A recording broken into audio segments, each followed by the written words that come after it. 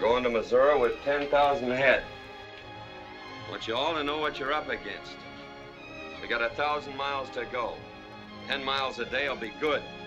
15 will be luck. There'll be no quitting along the way, not by me and not by you. Bonjour les amoureux de la toile, aujourd'hui on baisse les lumières et on se met à l'aise. On se laisse emporter par l'odeur de la pellicule. Direction l'ouest américain, celui des grandes plaines et des troupeaux infinis.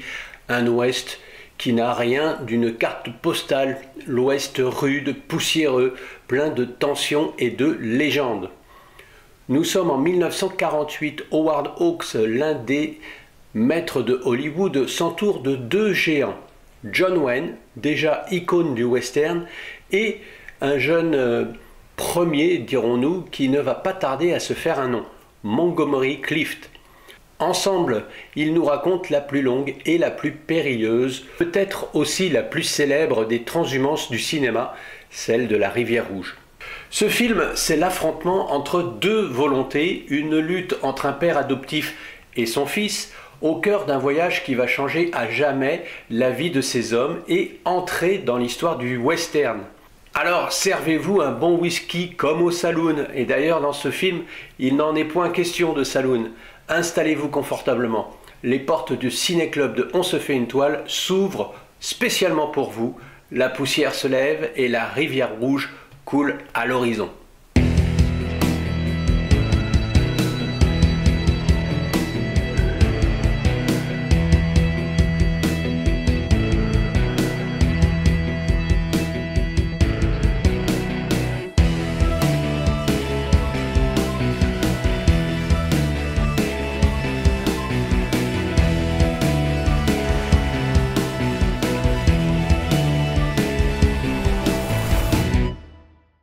Pour saisir l'onde de choc que fut la Rivière Rouge, il faut d'abord comprendre les deux plaques tectoniques qui s'apprêtaient à rentrer en collision. D'un côté, on a John Wayne. En 1946, au moment du tournage, le Duc, comme il est surnommé, n'est pas juste une star, c'est une institution américaine. À 39 ans, il incarne l'Amérique virile, conservatrice, sûre d'elle et bâtie à la dure. Son jeu est instinctif, puissant, tout en présence physique. Il n'a pas besoin de jouer les cow-boys, il est l'incarnation du cow-boy. Pour des milliers de gens, c'est le rock, le repère dans un monde encore secoué par la Seconde Guerre mondiale. Ses films, avec John Ford, ont fait de lui une légende, mais Wayne sent qu'il doit prouver qu'il est plus que le héros monolithique de la chevauchée fantastique. Quitters, especially when they're not good enough to finish what they start. Now go on, speak up. Say it and you can join your friends here. De l'autre côté du ring, si je puis dire, un jeune homme de 26 ans, Montgomery Clift. Alors, si Wayne est le rock, Clift, lui, eh bien c'est la faille. Il est tout ce que Wayne n'est pas. L'un est expansif, l'autre est introverti. L'un projette une force brute, l'autre suggère une vulnérabilité à fleur de peau.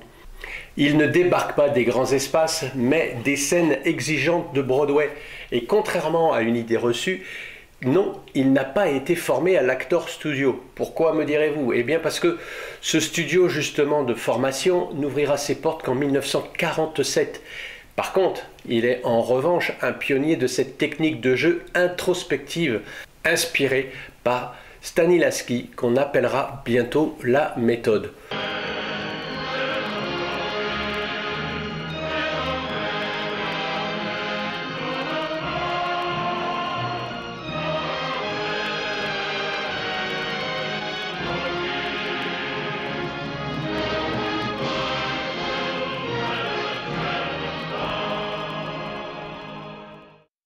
Pour lui, jouer n'est pas se projeter, c'est intérioriser. Il ne veut pas incarner un personnage, il veut le devenir en allant chercher dans ses propres angoisses. L'homme, Montgomery Clift, va passer du temps avec de vrais cow-boys pour pouvoir s'imprégner de leur façon de vivre, de leur façon de se comporter, de leur façon de monter à cheval, ce qui va le rendre crédible complètement au niveau du film. Ready, Matthew? Already. Mais ces deux hommes ne sont pas que deux acteurs hostiles, opposés. Ils sont le miroir de deux Amériques, l'une traditionnelle, soudée à ses mythes fondateurs et à une masculinité sans état d'âme, l'autre émergente, qui se questionne, plus nuancée, plus complexe. Et le réalisateur, Howard Hawks, en les choisissant, ne fait pas qu'un casting audacieux. Il organise en toute conscience le choc de ces deux mondes. If you try to make a western with somebody beside Wayne, you're not in the sphere of violence and action that you are when you've got Wayne. Unless he's working with a damn good actor, he's going to blow him right off the screen. In Red River, he worked with Montgomery Clift. When he saw Clift the first time, he said, "Howard, think we can get anything going between that kid and myself?" And I said, "I think you can." After 2 scenes, he said, "You're right." He said, "He can hold his own anyway, but I don't think we can make a fight." I said, "Duke, if you fall down and I kick you in the jaw, I think there'd be quite a fight, don't you think so?" He said, "Okay." Le champ de bataille de ce duel, ce sera donc la Rivière Rouge, le premier western de Howard Hawks, peut-être son plus célèbre. Il s'inspire d'une histoire de Borden Chase qui raconte le premier et dangereux convoyage d'un troupeau géant depuis le Texas jusqu'au Kansas. John Wayne campe Thomas Donson, un éleveur de bétail qui devient tyrannique, obsessionnel, prêt à tout pour réussir. Et face à lui, Montgomery Clift joue son fils adoptif, Matthew Garth, qui finit par se rebeller contre la cruauté de son paternel, allant jusqu'à la mutinerie pour lui arracher le contrôle de son convoi. Try and tell me what to think. I'll take your orders about work, but not about what to think. You think I'm to blame for that? Just as sure as you're sitting there. Sur le tournage, en Arizona, l'art n'a pas eu besoin d'imiter la vie. L'ambiance était déjà glaciale en dehors des prises. Les deux acteurs s'adressaient à peine la parole. Wayne, l'homme d'action, le républicain, pur et dur, ne cachait pas son irritation face à ce jeune acteur qu'il trouvait trop arrogant, trop intellectuel. Il ne comprenait pas ses heures de préparation silencieuse, son besoin de trouver une vérité psychologique pour chaque réplique. Ayant décidé de ne pas parler politique sur le tournage, celui-ci se déroula à peu près bien. Cependant, John Wayne et Walter Brennan ne s'entendaient pas avec Montgomery Clift. Il restait donc à l'écart du jeune acteur en dehors du tournage.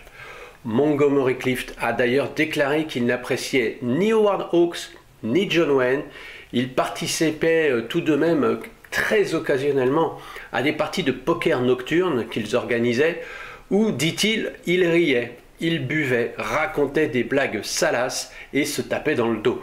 Ils essayaient de m'attirer dans leur cercle, mais je ne pouvais pas les suivre. Le machisme me rebutait, car il me semblait tellement forcé et inutile. D'ailleurs, Montgomery Clift refusera plus tard le rôle de Dean Martin dans Rio Bravo, car il refusait de retrouver les deux acteurs et le réalisateur. Et au milieu, Hawks, le grand manipulateur, observait ce duel avec un intérêt évident.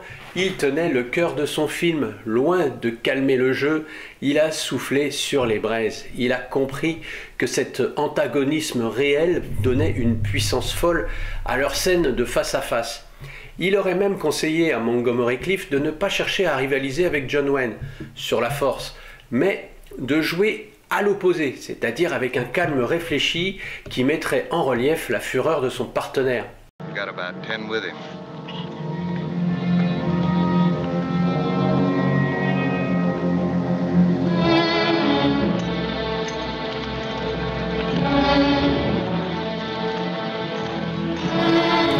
La tension atteint son paroxysme dans les scènes où Matthew défie ouvertement son père adoptif, quand Dawson devient un tyran qui menace de pendre ses hommes. La révolte de Garth n'est pas seulement un ressort du scénario, c'est l'écho direct du conflit qui se joue en coulisses.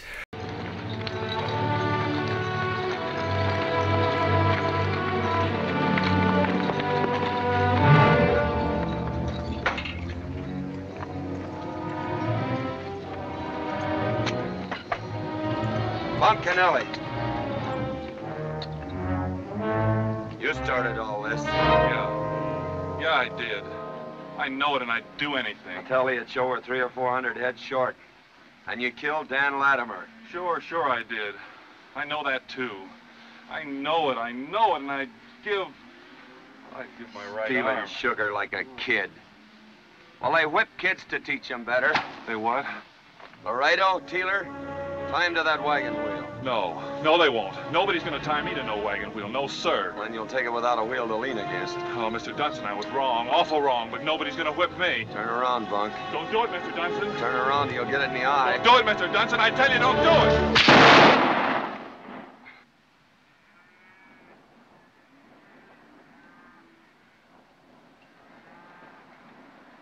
You'd have shot him right between the eyes. Just as sure as you're standing there. La caméra de Hawks capture cette électricité, ses regards chargés de défis.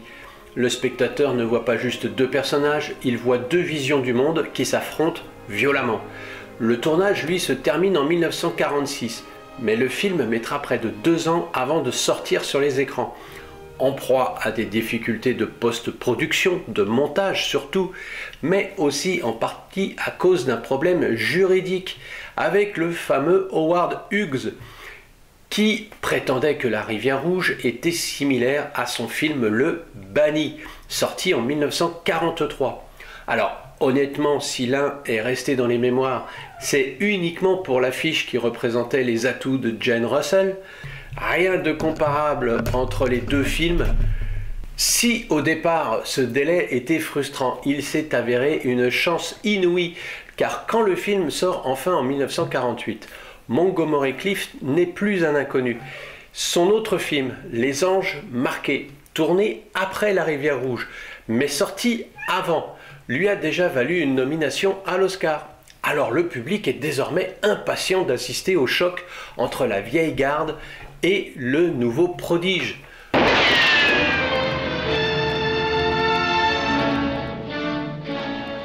should have let him kill me, cause I'm gonna kill you. I'll catch up with you. I don't know when, but I'll catch up. Every time you turn around, expect to see me.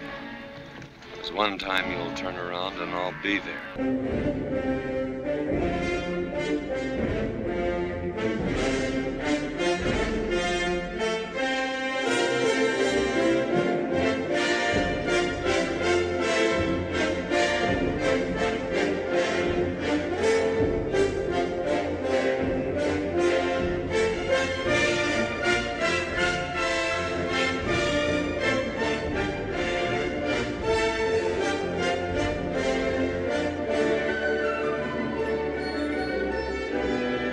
Prodige. Le succès est total, à la fois critique et commercial. Le film rapporte plus de 4,1 millions de dollars, rien qu'aux États-Unis et au Canada. C'est un chiffre énorme pour l'époque. Il décroche 2 nominations aux Oscars et surtout, il change à jamais l'image de John Wayne. Et oui, pour la première fois, le public le découvre dans un rôle complexe, sombre, profondément imparfait. Sa performance est si bluffante qu'elle aurait inspiré à son mentor, John Ford, cette réplique devenue légendaire. Je ne savais pas que ce grand fils de pute savait jouer.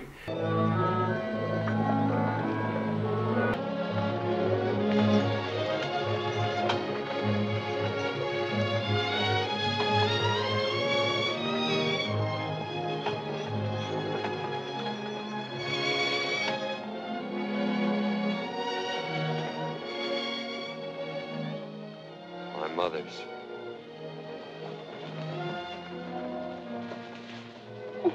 Oh.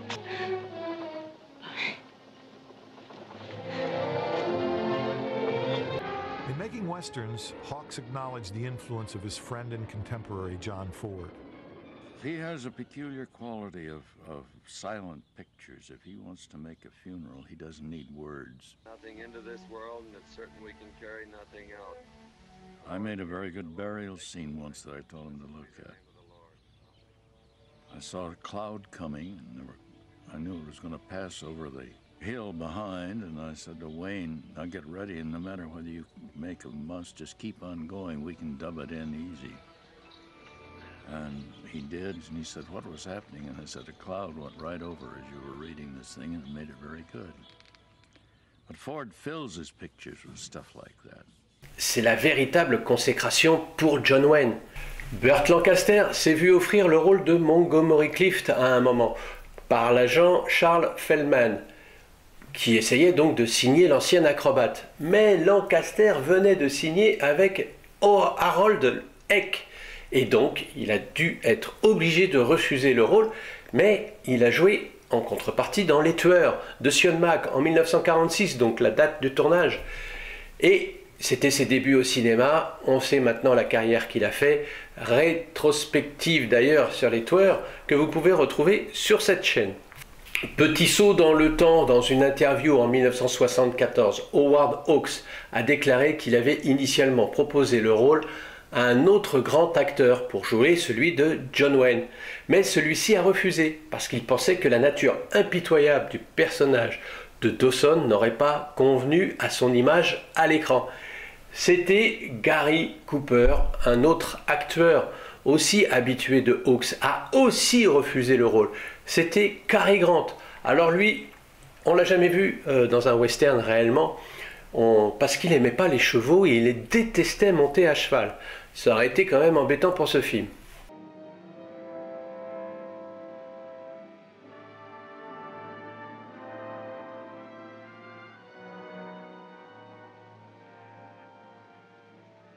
Take him to Missouri, Matt.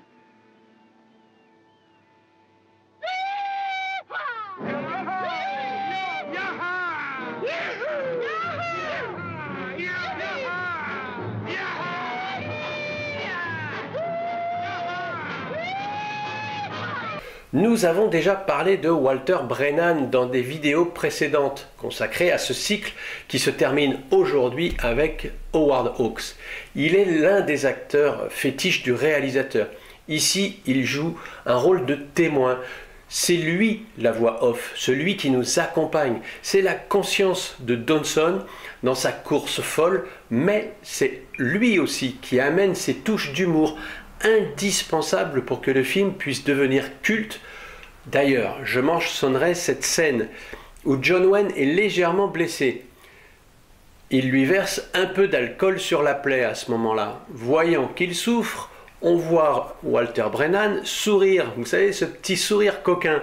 Et il lui verse à nouveau une petite rasade sur la plaie, histoire de bien calmer le grand John Wayne. Et là, c'est jubilatoire, on est avec lui, on tient la bouteille avec lui et on verse l'alcool sur la jambe de John Wayne. C'est un acteur remarquable que moi j'apprécie de plus en plus.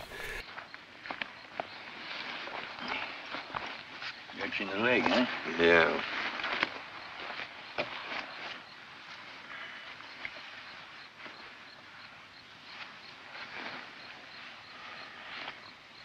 Ain't bad. I went clean through. Ain't as bad as it should be. You too? What do you got to say? Nothing. If I did, you wouldn't listen to it.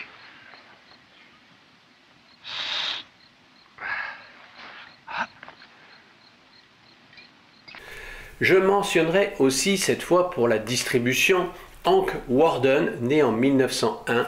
Il commence sa carrière dans les années 30, apparaissant dans divers petits rôles à Hollywood. Sa carrière explose dans les années 40-50. C'est un visage que vous ne pouvez pas oublier et que vous connaissez, surtout grâce à sa collaboration avec John Ford. Il devient un acteur récurrent des westerns, notamment incarnant des personnages ruraux et débonnaires. Son rôle de Old Mose vous dit peut-être quelque chose. Eh bien oui, c'était dans La prisonnière du désert en 1956. Devenu emblématique, il joue un simple d'esprit qui a toute sa tête, si je puis dire. Ce regard sincère et sa présence authentique ont fait de lui une figure incontournable dans les seconds rôles. Il y a aussi John Ireland, qui est né lui en 1914. Il se fait connaître aussi dans les années 30 avec des premiers rôles dramatiques. Sa carrière décolle réellement dans les années 40 où il devient un acteur de caractère, apprécié pour sa présence intense et crédible. Il collabore avec des réalisateurs prestigieux. tels que Elia Kazan, John Ford, contribuant à des films qui ont marqué leur époque.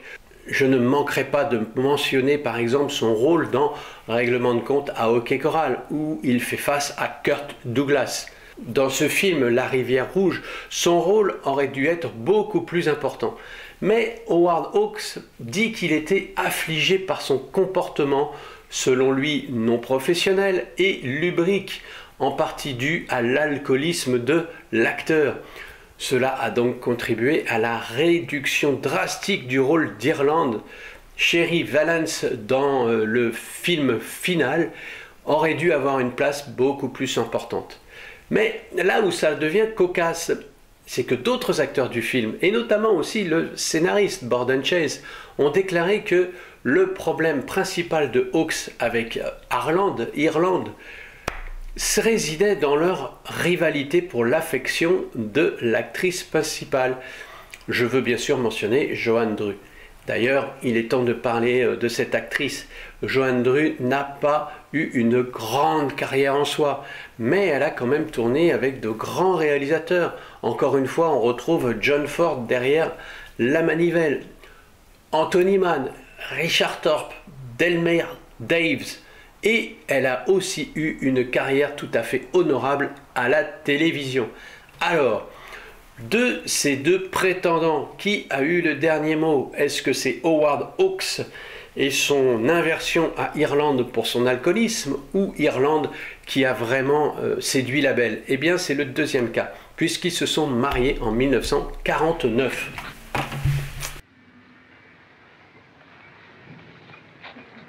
Maybe you'd like to see mine. Nice, awful nice. You know, there are only two things more beautiful than a good gun. A Swiss watch or a woman from anywhere. You ever had a good Swiss watch? Go ahead, try it. Hey, that's very good. L'héritage de La Rivière Rouge est immense. Le film est aujourd'hui classé 5e meilleur western de tous les temps par l'American Film Institute. Et il a non seulement ouvert la voie à des rôles plus torturés pour John Wayne, comme celui de Ethan Edwards dans La Prisonnière du désert, mais il a aussi prouvé que la sensibilité d'un acteur comme Montgomery Clift avait sa place, même dans le genre le plus viril du cinéma. Paradoxalement, cette rivalité a été la plus grande force créatrice du film.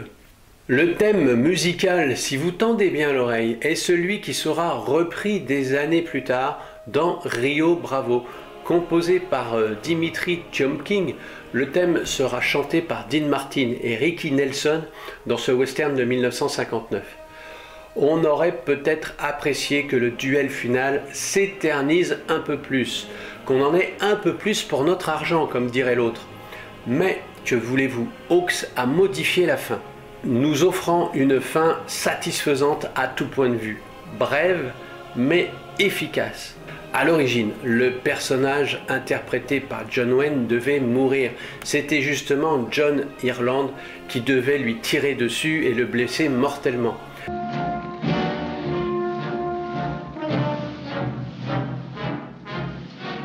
You know that young man isn't going to use his gun, don't you? Yeah. But I haven't any such notion. Mr. Dunson. Mr. Dunson, I'll say it just one more time.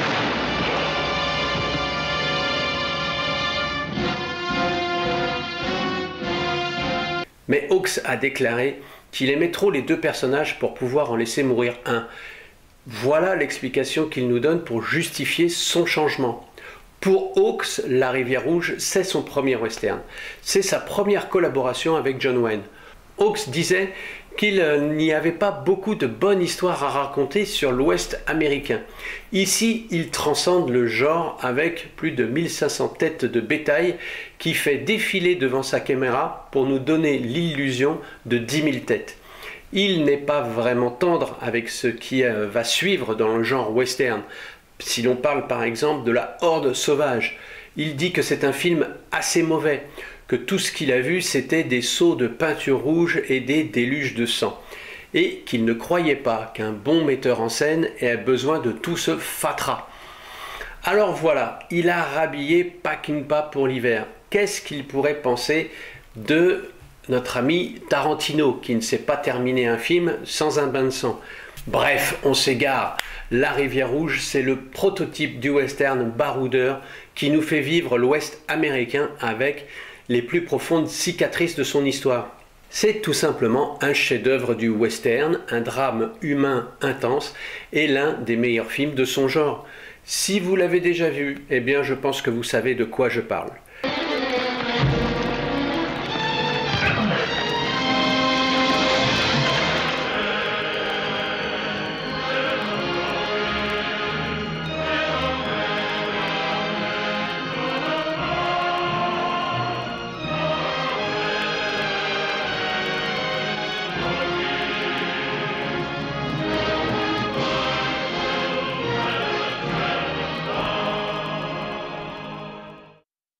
J'ai une dernière anecdote puisque nous sommes dans le cycle consacré à Howard Hawks. Il a eu un projet pour une histoire sur le pétrole et il avait envisagé 2 acteurs pour tenir les rôles principaux. On était dans les années 70 à ce moment-là et il avait donc pensé à un duo avec Steve McQueen en acteur principal et en deuxième tête d'affiche il avait prévu un autre rôle très fort et très emblématique avec un acteur en pleine puissance. Eh bien, je vous pose la question, qui était-il ?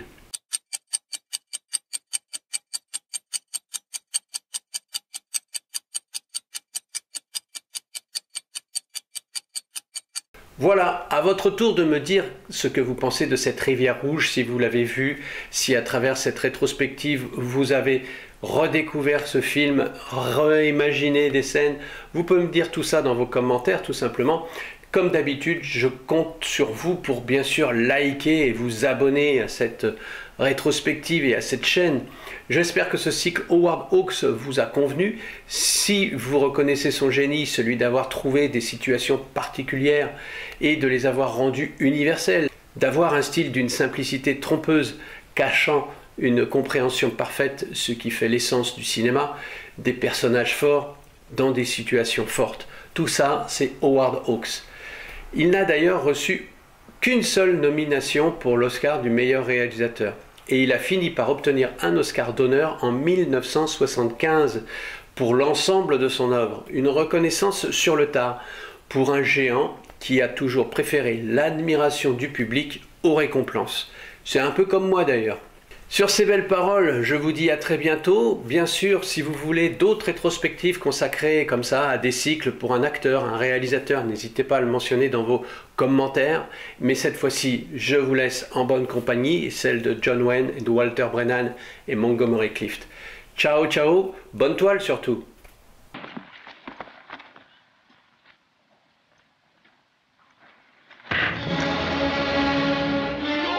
For 14 years I've been scared, but it's gonna be all right. Get up. Come on, get up.